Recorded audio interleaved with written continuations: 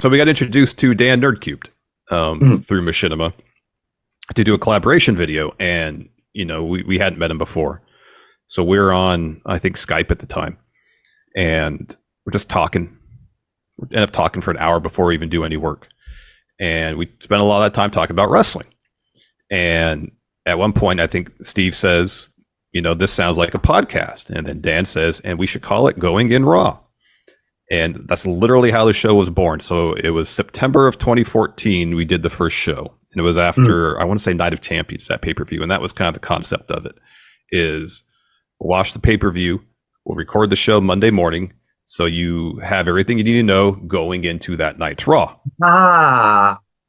And so at first it was just monthly. And then Steve and I would try to, we got laid off from Machinima in 2015. And we were kind of trying to decide what we were going to do. We're going to pursue the gaming stuff, and said, we'd done pretty well in that sphere for a while. Or do we want to pursue the wrestling stuff? Because at the time, that was something we were more interested in, more passionate about. We decided to pursue the wrestling aspect of things. And that was 2016, early 2016, that we really started focusing on that. And like that March, we said, all right, this is what we're going to do. And then by that summer, things really started rolling.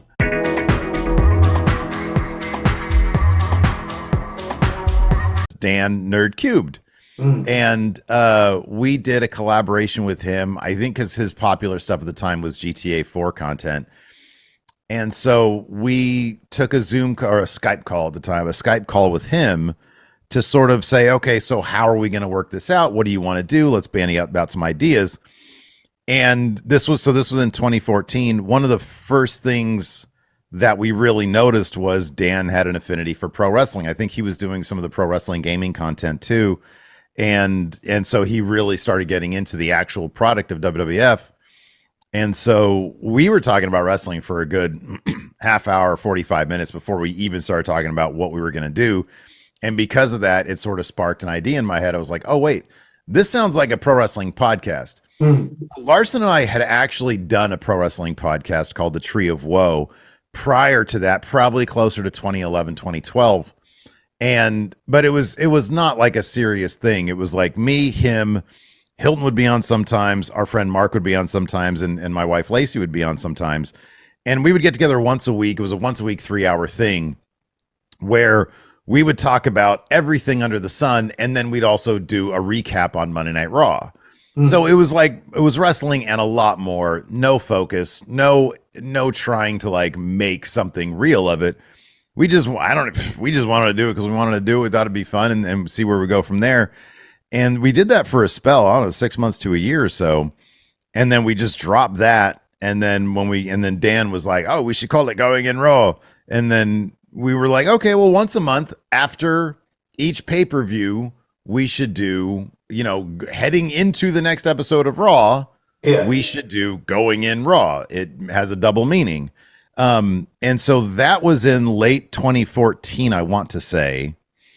And then by the time February of 2015 rolled around, we had gotten laid off. And so when Larson and I got laid off, we were here in my office trying to figure out what to do next.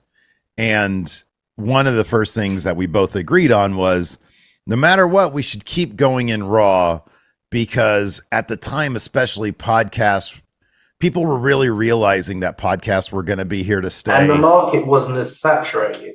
Really. It wasn't as saturated, but the money was starting to flow into it. Like you could people were starting to make good money off of podcasts, and you're absolutely right. The market wasn't saturated. So one of the things that we really sort of understood, and I remember Larson saying this, was we need to keep doing it Going In Raw because that's the kind of thing that could probably bring us some money. And so we're like, okay, we're definitely going to do that. And then it was another, so we kept on doing that. And then I think it was probably in like a year later, like it was a weird situation where like Machinima laid us off. We needed money. And so we decided, okay, we already have the YouTube channel. We're gonna do like gaming and movie content like we were doing before. Mhm. And so we started to do a 10 for the win type thing. And we sort of realized, and Larson was really the one to sort of put his foot down and say, you know what, like this isn't really what we're good at. Like we video games are fine, but it's not really what we want to do. And so at some point, I think it was a year later, like Machinima had laid us off, but they brought us back as on a freelance basis because they needed content. They laid off their content creators, but they needed content. So they're like, hey, do you want to come back? And we were like, well, like you laid us off. So if we're going to come back, like we want good money. Yeah. And they were between a rock and a hard place because like they had already booked a bunch of advertising that they had to fulfill. Yeah. And they had nobody to fulfill it. They tried to fulfill it with some brand new faces and the audience hated it. And so they were stuck and they came back. We were shocked. We asked for like a good amount of money and they came back and said, fine, you can have that. And we're like, okay. So it was like, we'll work once a week. And then they arranged a deal for us to bring 10 for the win back because that was for a podcast. We brought 10 for the win back. So we were able to like stitch together revenue, on top of our own YouTube channel, but we could sort of see where the winds was turning. Like nobody was watching Machinima stuff anymore. And so our content there was not doing well enough to justify them paying us. And so eventually we're like, let's start a Patreon, try to make some money that way and build from there. Well, when I was putting together the assets for Patreon, we had decided let's do sort of a two-sided Patreon. Let's do like, we'll do reward tiers for gaming content. We'll do reward tiers for going in raw. We'll sort of try to do this, both ways. And what I realized was when I was working on the wrestling assets for going in raw and the Patreon, I understood that a lot more. It was a lot more focused because I'm the graphics guy. It was a lot more focused. And I was like, I understand this. This makes sense. The other stuff is just sort of nebulous. Are we doing gaming? Are we doing movies? We have to niche down this stuff. And so I went to him and I was like, look, maybe we should just ditch the gaming movie stuff altogether, focus exclusively on wrestling. The space hadn't been saturated too much with pro wrestling stuff.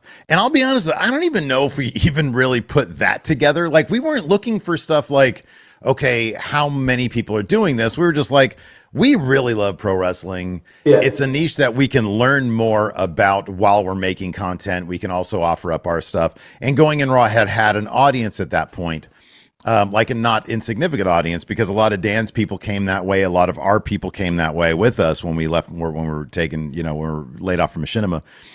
And so we just made the decision to leap full on into wrestling.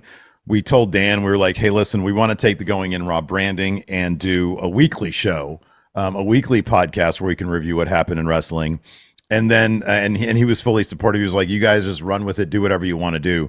And then we basically rebranded the entire channel because when we went back to him, we were like, hey, listen, we want to rebrand our entire channel. This is what we want to go all in on.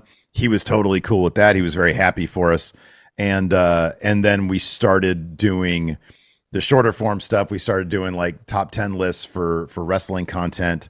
And that stuff really blew up. Like if you were doing that back in 2015 or 2016, 2017, and then we do like shorter news episodes. Yeah, exactly. Yeah. What Culture was doing the same thing. Yeah. And so that stuff was really blowing up. And yeah, that's sort of how it all got started.